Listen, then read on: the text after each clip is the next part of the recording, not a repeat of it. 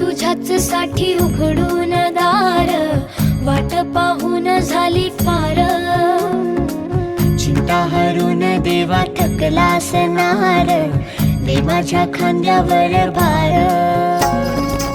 थोडा इथं टेकून जा, घास खाऊन माझ्या हातातला.